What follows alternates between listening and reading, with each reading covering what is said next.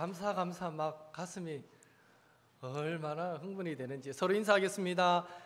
하나님께 늘 감사하며 삽시다. 인사하겠습니다. 감사하며 삽시다.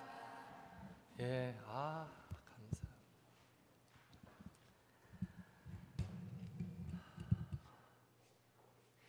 하나님은 애굽에서 430년 동안 종살이를 하던 이스라엘 백성을 모세와 여호수아를 통해서 젖과 꿀이 흐르는 가나안 땅, 약속의 땅으로 인도하셨습니다. 그리고 그 약속의 땅 가나안에 들어가거든 그 땅 족속들이 섬기는 우상 숭배를 절대 하지 말고 오직 누구만 섬기라고요? 여호와만, 하나님만 섬기라 명령하셨는데도 이 지도자 여호수아가 죽은 후에 결국 이스라엘 백성들은 우상에게로 직행하여 하나님의 명령을 거역하게 됩니다. 그 결과 하나님은 징계의 채찍을 드셨고요, 이방 민족 미디안 족속, 아말렉 족속이 번갈아 가면서 약 7년에 걸쳐 이스라엘 민족을 괴롭혔습니다. 이스라엘 백성은 그들에게 모든 곡식과 재물을 착취당하였고요, 또 그 땅은 황폐해져 버렸습니다. 한 예로 이스라엘 민족이 곡식을 파종해서 놓으면 예를 들어 모내기 해 놓으면 아말렉 사람들이 막 벌떼처럼 막 달려들어서 그 밭을 다 파헤쳐 버리고 농사 자체가 안 되도록 방해했던 것입니다. 그나마 좀 남겨두었던 살려두었던 그 밭도 또 곡식을 실컷 걷어놓으면 가을에 또 싹 올라와서는 그 곡식조차도 싹 뺏어가 버렸습니다. 그러니 이스라엘 백성이 당했을 그 고통은 사실 말로 표현할 수 없었다라고 말할 수 있죠. 아마 우리나라 보릿고개를 겪으신 성도님들 그 이상의 고통이 아니었겠는가. 저도 종종 저희 아버님 통해서 한 번씩 들을 때 보면 소설 같은 말씀을 하세요. 나무 껍질도 벗겨서 씹어 먹었다 그러시고, 진짜 풀도 뽑아 먹었다 그러시고,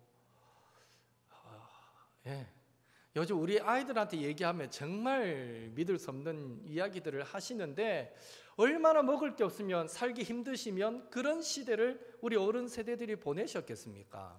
대부분 그 시절을 다 어르신들은 경험하셨는데요, 아마 이 이스라엘 백성들이 그랬던 것 같아요. 농사도 못 짓게 다 파헤쳐 버리지, 기껏 농사 지어 놓으면 딱 와서 다 뺏어가 버리지, 뭐 먹고 삽니까? 이게 하루 한 해 뒤에도 아니고 벌써 7년 동안 이런 일이 반복되었으니 그들의 괴로움이 얼마나 극에 달했겠습니까? 이처럼 고통이 극에 달하자 드디어 이스라엘 백성들은 연합해서 다 모여서 하나님께 부르짖기 시작했습니다. 사사기 6장 6절 같이 읽겠습니다. 이스라엘이 미디안으로 말미암아 궁핍함이 심한지라 이에 이스라엘 자손이 여호와께 부르짖었더라. 그리고 사랑의 은혜의 하나님은 그들의 부르짖음을 들으시고 그 응답으로 요아스의 아들 기드온을 이스라엘 민족의 구원자로, 지도자로 세워주셨습니다. 여기서 우리가 하나 얻는 교훈은, 첫째로 사실상 인생의 막다른 골목은 하나님의 축복의 기회가 된다라는 것입니다. 사람이 자신의 수단, 방법을 의지할 때는 절대로 하나님께 간절히 부르짖지 못합니다. 기도 안 한다는 게 아니라 간절히 기도하지 않습니다. 이래도 안 되고 저래도 안 되고 나중에는 더 이상 어떤 방법이 없다 싶을 때, 그럴 때 비로소 하나님께 간절하게 부르짖게 되는 것입니다. 그러나 너무 늦은 것 같지만 하나님을 찾는 그때가 그 사람에게는 가장 좋은 해결의 기회가 되는 줄로 믿습니다. 하나님을 모르는 사람은 하다 안 된 순간은 정말 절망의 순간이겠지만, 우리 믿음의 백성들은요, 하다 안 돼서 하나님을 찾는 그 순간이 기회와 축복의 순간이 되는 줄로 믿습니다. 둘째로 하나님은 자신을 찾는 자들에게 반드시 응답해 주신다라는 것입니다. 응답해 주신다. 성경은 응답과 관련하여 많은 약속을 주고 있습니다. 말씀 같이 읽겠습니다. 출애굽기 22장 22절 23절 같이 읽겠습니다. 너는 과부나 고아를 해롭게 하지 말라. 내가 만일 그들을 해롭게 함으로 그들이 내게 부르짖으면 내가 반드시 그 부르짖음을 들으리라. 민수기 20장 16절 전반절도 같이 읽습니다. 우리가 여호와께 부르짖었더니 우리 소리를 들으시고 천사를 보내사 우리를 애굽에서 인도하여 내셨나이다. 시편 34편 6절도 함께 읽습니다. 이 공고한 자가 부르짖음에 여호와께서 들으시고 그의 모든 환난에서 구원하셨도다. 마지막으로 누가복음 18장 7절도 같이 읽습니다. 하물며 하나님께서 그 밤낮 부르짖는 택하신 자들의 원한을 풀어주지 아니하시겠느냐? 그들에게 오래 참으시겠느냐? 아멘.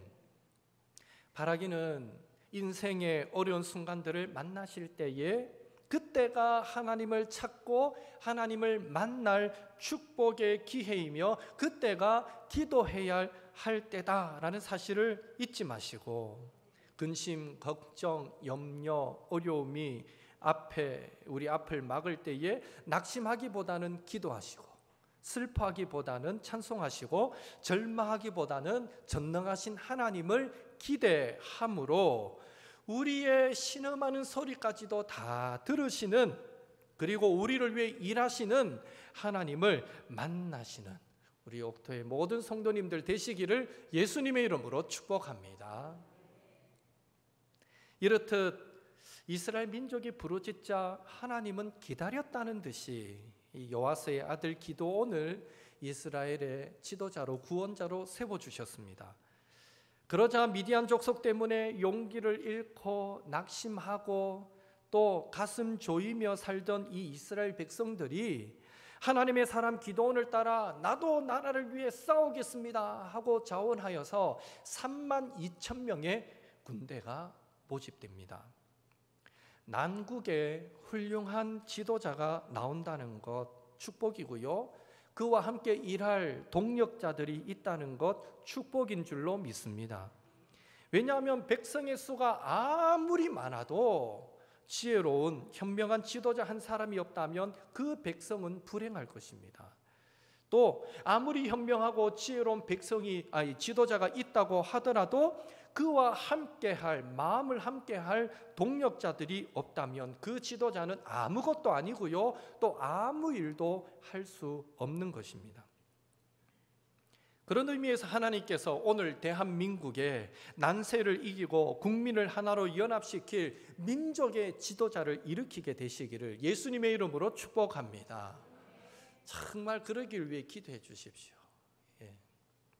하여튼 하나님은 이스라엘 민족의 부르짖음을 들으시고 기드온과 32,000명의 사람들이 의기투합하도록 역사해 주셨습니다. 그런데 문제가 생겼습니다. 하나님께서 기드온에게 말씀합니다. 너를 따르는 백성이 너무너무 많으니 내가 그들의 손에 미디안을 넘겨주지 않으리라. 기드온을 따르는 백성이 하나님께서 세우신 기드온과 마음을 함께하는 그 백성이 한 사람이라도 더 많다면 좋은 것 아닙니까? 그런데 왜 하나님은 기드온과 마음을 함께하는 기드온을 따르는 백성이 많은 것을 지금 문제 삼으시느냐라는 것입니다. 그 이유는 사사기 7장 2절 하반절에 나옵니다. 함께 읽겠습니다. 이는 이스라엘이 나를 거슬러 스스로 자랑하기를 내 손이 나를 구원하였다 할까 함이니라. 다시 말해 군사의 숫자가 많으면 하나님이 도와주셔서 하나님이 역사하셔서 이겼음에도 불구하고 인간의 그 교만이 내 힘으로 이겼다라고 말할까 싶어서 하나님은 이대로는 내가 역사하지 못하겠다라고 말씀하셨던 것입니다. 결국 하나님은 비록 적은 숫자일지라도 자기 자신을 의지하지 않고 또 교만하지 않으며 오직 하나님만 내세우고 주님께만 영광을 돌릴 수 있는 소수 정예 부대를 원하셨습니다. 그래서 1차적으로 너희 중에 싸움이 무섭고 용기 없는 자들은 집으로 돌아가라 그랬더니 32,000명 중에 22,000명이나 집으로 돌아갔습니다. 아마 기드온은 깜짝 놀랐을 거예요. 기드온이 지도자로 세워졌을 때 나도 함께 싸우겠습니다 하고 막 모여질 때는 막 뭐가 될 것 같았는데, 야 혹시 너희 중에 전쟁이 겁나거든 돌아가라 그러니까 고맙습니다 하고 22,000명이 확 돌아가니까 얼마나 황당한 일입니까? 지도자 입장에서는. 10,000명이 남게 되었습니다. 문제는 하나님은 그 10,000명도 많다라고 말씀하시고는요, 물가로 가서 물을 마시게 하는데 한쪽 무릎을 꿇고 손에다가 물을 이렇게 떠서 마시는 사람과 물가에 갔더니 그냥 팍 엎어져서 그냥 꿀꺽꿀꺽 물에다 입을 대고 마시는 사람을 하나님이 구분해 버렸어요. 구분해 보니까 이래 물을 움켜서 마시는 사람은 300명, 그 외에는 전부 다 약속이나 한 듯이 다 엎어져 가지고 물을 먹더라는 것입니다. 그 300명만 남기시고 또 다 집으로 돌려보내라 말씀하시죠. 하나님은 그 남은 300명으로 기드온과 함께 미디안을 물리치도록 역사해 주셨습니다. 여기서 한 가지 질문을 던질 수 있습니다. 하나님이 따로 불러서 세우시는 사람들은 도대체 어떤 사람들인가? 하나님은 우리 모두를 택하여 구원하신 줄로 믿습니다.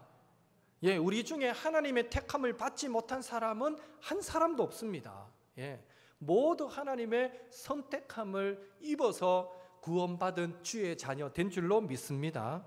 그런데 구원받은 성도 중에 하나님은 특별한 사역을 위해서 별도로 세우시는 성도가 있더라는 것입니다. 그렇다면 하나님으로부터 별도로 세움을 받은 성경의 인물에는 누가 있었습니까?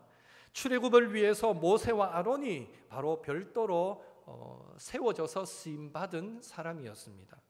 아합의 그 독재 정치 아래서 백성들의 신앙의 지조를 잃어버리게 만들고 우왕좌왕하고 있을 때에 하나님은 엘리야 선지자를 따로 불러 세우셔서 그 민족을 바른 길로 인도해 가셨습니다. 예수님도 따르는 많은 사람들 중에 특별히 12명을 따로 불러 세우셨습니다. 사도행전 6장에 보면 예루살렘 교회도 7 집사님을, 스데반 집사님이 그 중에 들어가잖아요. 7 집사님을 따로 세우셔서 그들에게 구제하는 일을 맡기는 것을 보게 됩니다. 사도행전 13장 2절에 보면 안디옥 교회 성도들이 금식하고 기도할 때에 성령께서 내가 불러시키는 일을 위하여 바나바와 바울을 따로 세우라라고 성령께서 말씀하셨고요. 그래서 바울과 바나바가 최초의 이방인 선교를 위해서 따로 구별돼서 세워지는 일들이 있었습니다. 물론 구원받은 모든 성도에게 하나님은 사명을 주시지만 특별히 하나님의 구원 역사에 있어서 굵직한 어떤 일들을 행하실 때에는 이처럼 구별하여서 별도로 세움을 입어서 쓰임받는 성도들이 있더라라는 것입니다. 오늘 본문에서도 별도로 세움을 입은 300명의 사람들을 통해 하나님은 이스라엘을 구원하셨습니다. 그렇다면 하나님은 어떤 성도를 별도로 세우십니까? 저와 여러분은 하나님이 특별하게 세우시는, 구별해서 일을 맡기시는 그런 성도들이 될 수 있기를 예수님의 이름으로 축복합니다. 아마 우리에게 다 그런 영적인 욕심이 있는 줄로 믿습니다. 아이고 나는 특별히 세워지는 거 원치 않고 그냥 살고 싶다. 우리 가운데 그런 분은 한 분도 안 계실 거라고 생각하는데, 하나님은 어떤 성도를 그렇다면 특별하게 구별하시는가?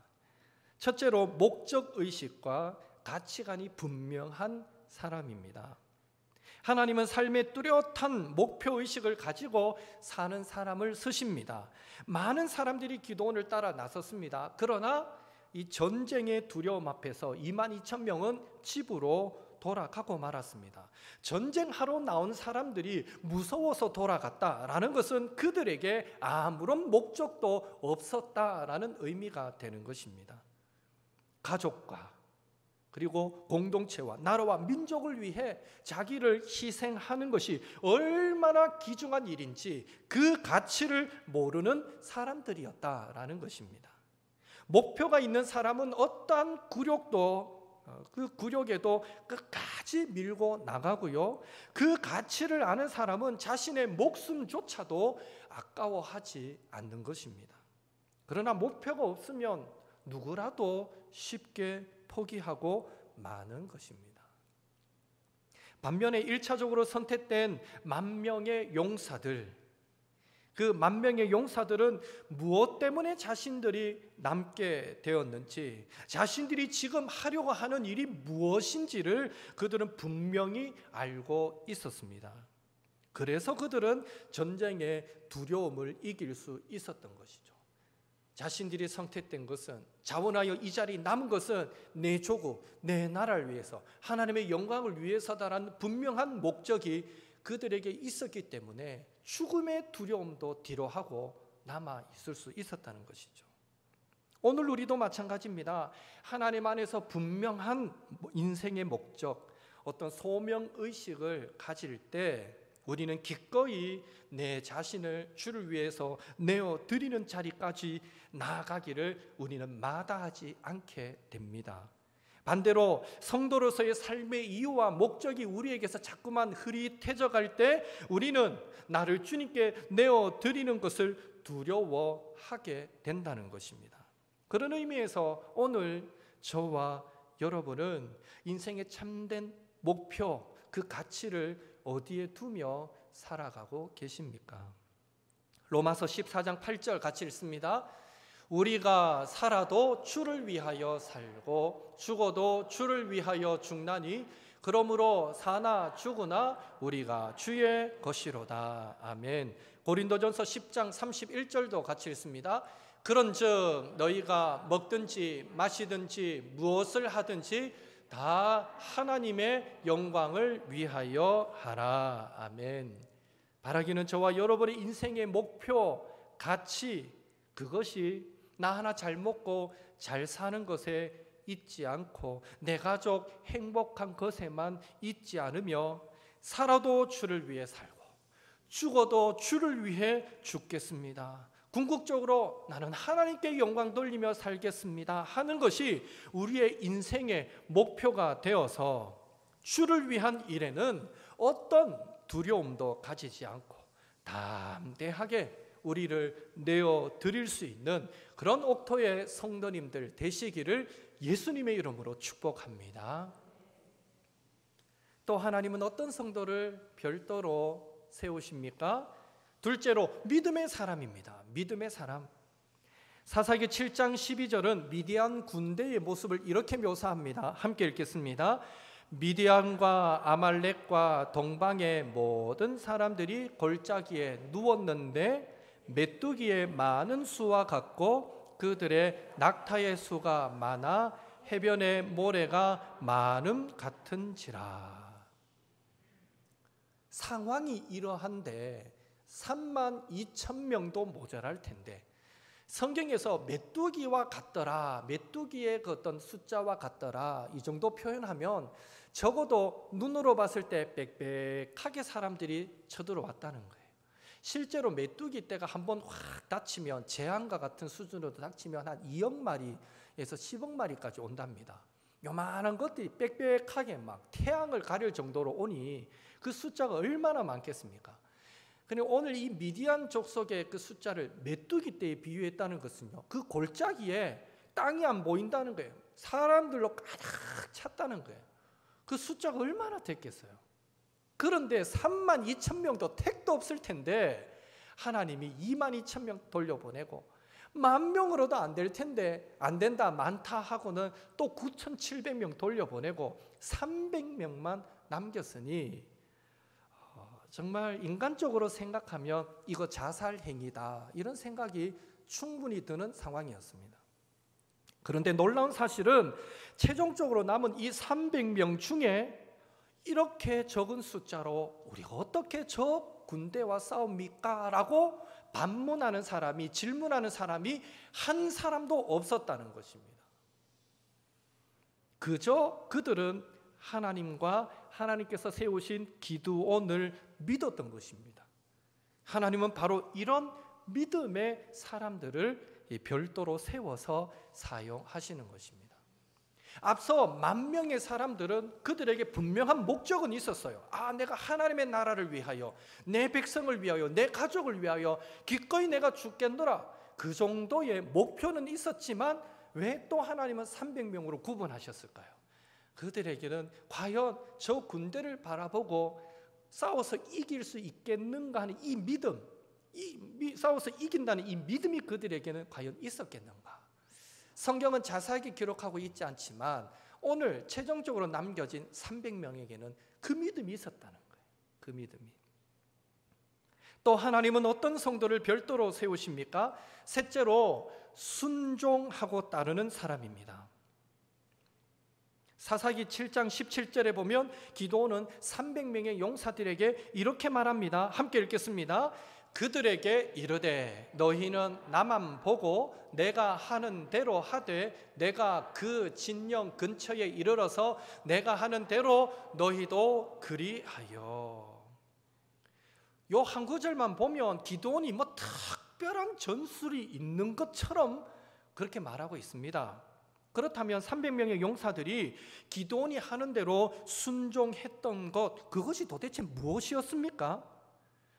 기드온이 신호를 줄 때에 손에 가졌던 항아리를 쨍 하고 깨 부수고는 나팔을 우 하고 불고는 외칩니다. 여호와와 기드온의 칼이여 하고 외치라는 것입니다. 이게 다예요. 이건 뭐 하자는 거예요, 맞죠?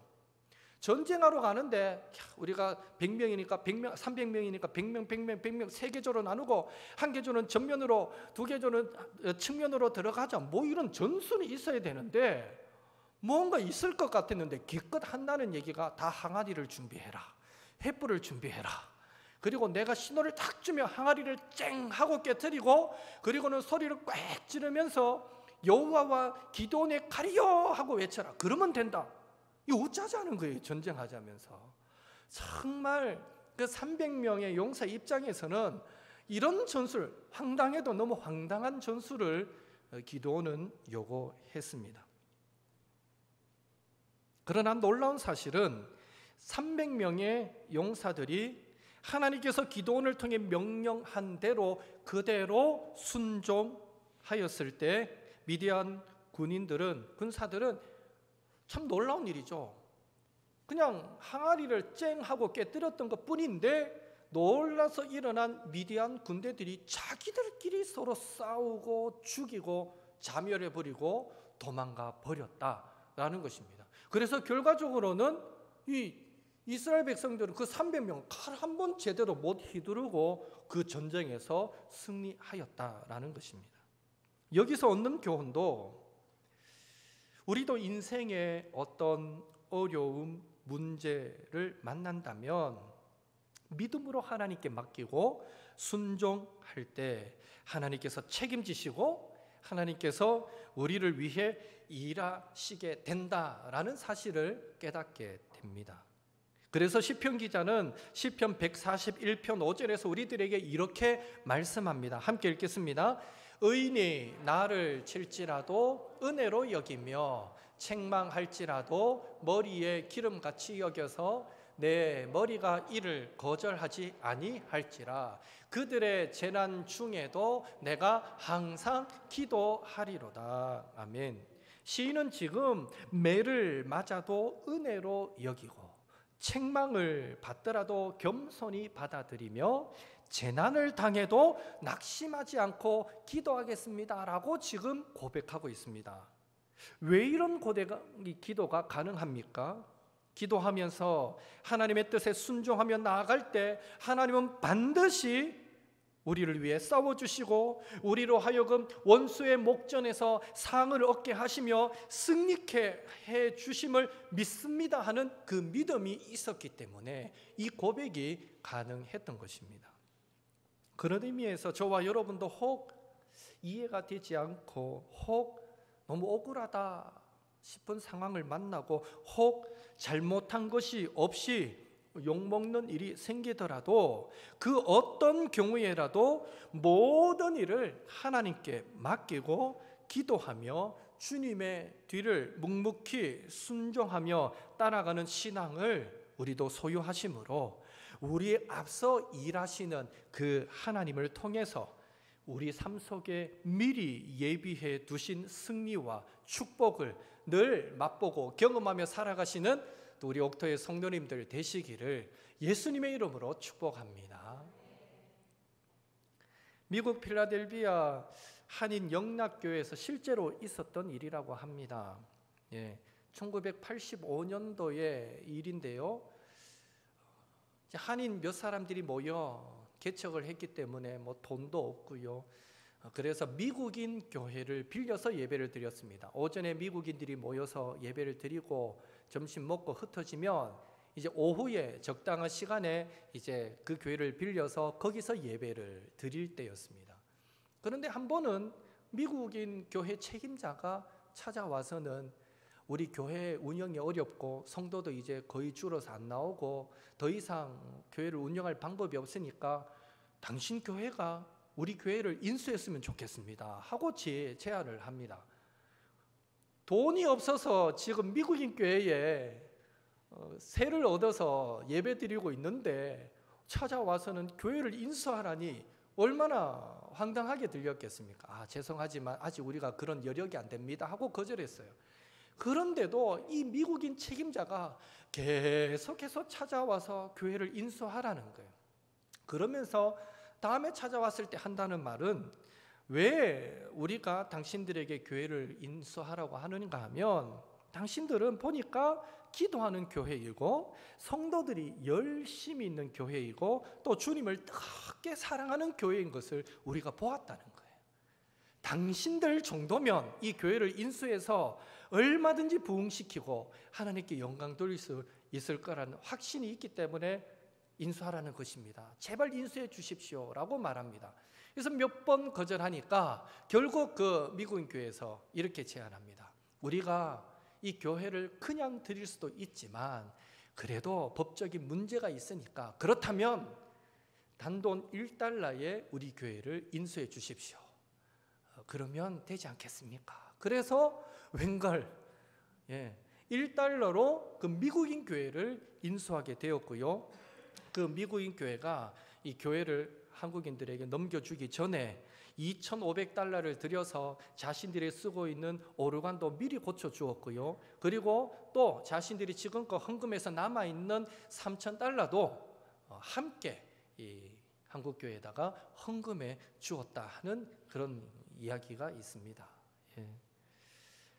우리의 머리로는 1달러는요 빵 하나 사기도 힘든 돈이에요. 그 돈으로는 아무 일도 할 수 없는 돈이다 라고 생각할 수 있지만 모든 것을 하나님께 맡기며 어떤 경우에도 기도하며 말씀에 순종하며 나아가게 될 때에 하나님은 우리에게 있는 1달러로 아무것도 아닌 것 같은 그것으로도 엄청난 일들을 행하시고 기적을 일으키실 수 있다라는 사실을 저와 여러분이 믿을 수 있기를 주님의 이름으로 축복합니다. 바라기는 저와 여러분도 인생의 참다운 목표, 가치를 하나님 안에서 말씀 안에서 발견하시고 그 목표를 이루기 위해서 하나님의 뜻과 명령 앞에 기꺼이 자신을 내어드리고 희생하기를 두려워하지 않는 그런 믿음의 순종으로 기도원의 300명의 용사처럼 하나님으로부터 특별히 구별되어서 쓰임받는 그런 옥토의 성도님들이 되시기를 바라고 그렇게 쓰임받는 그 모든 자리마다 하나님의 기적 같은 은혜들을 여러분이 날마다 풍성하게 경험하며 살아가게 되시기를 예수님의 이름으로 축복합니다. 함께 이 시간 나눈 말씀 붙잡고 기도하겠습니다. 인생의 어려운 순간들을 만날 때 바로 그때가 하나님을 찾고 하나님을 만날 때임을 기억하고 바로 그때가 기도해야 될 때임을 기억하여서 그 순간에 낙심하기보다는 기도하고 슬퍼하기보다는 찬송하고 또 절망하기보다는 늘 하나님을 기대함으로 살아가는 우리 옥토의 성도들 되게 하옵소서. 우리도 성경적 세계관으로 무장하고 나 하나 잘 되는 것, 내 가정 행복한 것으로 만족하지 않으며 하나님께서 주신 소명을 날마다 붙들고 믿음과 순종의 사람이 되어서 이 시대에 하나님으로부터 특별히 구별돼서 쓰임받는 주의 성도 되게 하옵소서. 기도해 주시고요. 더불어서 우한 코로나 빠른 종식을 위해서, 치료자의 백신 개발을 위해서, 치료 중인 환자의 쾌유를 위해서, 또 수고하는 의료진과 공무원들을 위해서 기도해 주십시오. 그리고 포괄적 차별금지법 반대, 개별적 차별금지법을 위해서 기도해 주십시오. 동성애 합법화 절대 되어서는 안 됩니다. 하나님 포괄적 차별금지법 주님 막아주십시오. 기도해 주시고 또 역사 왜곡 금지법 5.18 세월호 두 안건을 두고 어떤 경우에서도 이 두 안건을 욕하는 자는 벌하겠다라는 역사 왜곡 금지법인데요. 5.18 세월호 두고 욕하면 안 됩니다. 그 가치나 그 평가를 떨어뜨린 말들 해서는 안 되겠죠. 그러나 저는 이것이 법으로 만들어져서는 안 된다라고 여겨집니다. 개인의 자유를 침해하고 언론을 침해하는, 언론의 자유를 침해하는 행위입니다. 이 일이 시작되면 더 나아가서는 천안함 왜곡금지법, 6.25 왜곡금지법, 천안함이 북한의 소용이 아니라고 주장하는 사람도 다 잡아가다야죠. 6.25가 이 남쪽이 북으로 공격한 것이다라고 주장하는 사람도 다 잡아가둬야죠. 이래 따지면 하나하나가 다 법으로 만들어져서 제약이 또 다른 제약을 자꾸 낳아야 하니 이건 아니다라는 겁니다. 성숙한 시민의식으로 옳은 것은 옳다, 잘못된 것은 잘못됐다 말해야 되지, 어떤 특정한 사건을 법으로 만든다는 것은 아주 미개한 나라들이나 행하는 일인데, 그런 의미에서 역사 왜곡 금지법 또 이것도 적절한 방법으로 수정되든지 하나님께서 막아주십시오라고 우리가 기도해야 할 것입니다. 하여튼 이 나라를 위해서 또 한 주간 우리의 믿음의 삶의 승리를 위해서 우리 함께 통성으로 기도하는 시간을 갖겠습니다. 함께 기도드리겠습니다. 사랑의 하나님, 주님 은혜 감사드립니다. 아버지요, 오늘 이스라엘 백성들 가나안 땅에 들어가서 하나님을 떠나버림으로 말미암아 그들도 가나안 땅의 문화에 취함으로 말미암아 하나님으로부터 얼마나 아버지여 많은 음성을 들었지만 결국 무시함으로 삶으로 말미암아 하나님의 그 징계를 받아서 미디안과 아말렉 족속으로 인해서 7년 동안이나 끊임없는 괴롭힘을 당하게 되었던 것을 봅니다. 그러나 주여, 그들이 결국 하나님 앞에 돌아와 주님을 부르짖었고 찾을 때에 하나님은 그들을 만나 주셨고 그들에게 아버지 놀라운 일들을 행하셨으며 민족을 구원할 지도자도 세워주셨고 그 민족에게 살기를 허락해 주셨던 것을 살펴보았습니다. 주여, 간절히 소망합니다. 오늘 우리도 아버지 인생의 어려움과 고난들을 만날 때 바로 그때가 우리도 하나님 앞에 무릎 꿇을 때이고 그때가 하나님께 부르짖을 때이고 그때가 하나님을 만날 때임을 잊지 않게 도와주시고 아버지 어려움이 올수록 아버지 힘들수록 더 기도하며 주님을 찾을 때에 아버지 우리를 만나주시는 하나님, 은혜 베푸시는 하나님을 늘 경험하며 살아가는 저희들 모두가 되도록 주여 도와주시옵소서. 특별히 주여 간절히 소망합니다. 하나님은 하나님의 말씀으로 무장하고 하나님 주신 소명을 붙들며 믿음과 순종의 사람으로 살아갈 때에 아버지여 그들을 특별히 구별하여 세우시고 그들을 하나님의 구원 역사에 더 귀하고 아름답게 사용하여 주심을 보았습니다. 주여, 이왕이면 우리도 이 땅을 살아갈 때에 하나님 앞에 특별히 구별되어서 쓰임받는 주님의 백성, 주님의 자녀가 되기를 원합니다. 주여, 우리도 하나님의 말씀으로 무장하게 도와주옵소서. 우리도 나 하나 내 가정 잘 되는 것에 만족하지 않고 하나님께서 우리에게 맡겨주신 사명을 붙들며 하나님 나라 영광 위하여 살아갈 수 있는 그런 믿음의 열정을 다하여 주옵소서. 우리도 믿음과 순종의 사람이 되어서 정말 이 시대에 하나님 앞에 귀하게 구별되어 쓰임받는 주님의 자녀가 되도록 축복 유혹하여 주옵소서. 마지막 때에 믿는 자를 보겠느냐 하셨는데 하나님은 오늘 우리를 내려다보시면서 하나님 우리로 인하여 하나님 기뻐하실 만큼 우리가 하나님 앞에 충성된 주님의 증인된 삶을 아름답게 살아갈 수 있도록 주여 은혜 다하여 주시옵소서. 하나님 우리나라를 축복하여 주시고 아버지 전 세계를 붙잡아 주시고 우한 코로나가 빨리 종식되게 도와주시고 치료제와 백신도 개발되어지도록 아버지 치료 중인 환자가 빨리 회복되도록 아버지 그들을 섬기는 모든 이들이 건강할 수 있도록 주님 도와주시옵소서. 더불어 이 나라에 아버지 포괄적 차별금지법 아버지 동성애를 합법화시키려는 그런 시도가 이루어지고 있습니다. 7월 15일까지 아버지 국민들의 의견을 수렴하고 그 이후에 아버지 국회에서 이것을 논의하겠답니다. 주여 아버지 이 나라를 국렬히 여겨주시고 아버지 포괄적 차별금지법 막아주시며 동성애가 합법화되는 것 주여 막아주시옵소서. 물론 우리는 차별하지 말아야 됩니다. 장애인들을 차별하면 안 됩니다. 어린아이들을 차별하면 안 됩니다. 아버지 가난하고 어려운 자들을 차별하면 안 됩니다. 그러나 동성애는 차별이냐 마냐의 문제가 아니라 이것은 하나님이 말씀하신 죄악의 문제이기에 동성애가 합법화되는 것 주여 막아주시고 아무쪼록 이 나라가 더 하나님 앞에 거룩하고 정결한 나라가 될 수 있도록 주여 도와주시옵소서. 국회가 여러 가지 많은 법을 만들어 나갈 때에 아버지 특정 아버지 생각들을 아버지 특정한 사건들을 위한 법을 만들지 않게 도우시고 아버지 전 국민이 화합할 수 있는 법 아버지 전 국민에게 유익한 법을 만들어 갈 수 있도록 주여 도와주시옵소서. 더불어 주님 이 한 주간 또 살아갈 때에 우리 옥토의 성도들 붙잡아 주시고 하나님 한 사람 한 사람 그 맡은 아버지 일들을 잘 감당하며 그 가정에서 아버지 그리고 그 직장에서 그 사업장에서 그 있는 곳에서 하나님의 영광을 드러내며 승리하며 살아가는 또 복된 한 주가 되도록 아버지여 인도하여 주시옵소서. 하나님 해도 안 될 때 주님을 찾는 것 그것도 결코 늦은 것은 아니지만 이왕이면 어려움이 시작되려고 할 때 가장 먼저 하나님 앞에 무릎 꿇고 부르짖어 기도함으로 그 어려움들이 속히 지나가고 늘 주님의 은혜와 보살핌 속에 살아가는 저희들 되게 도와주옵소서.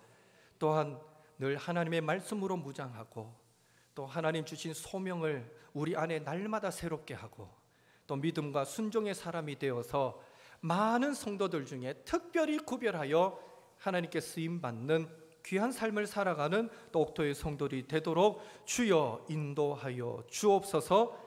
예수님의 이름으로 기도하옵나이다. 아멘.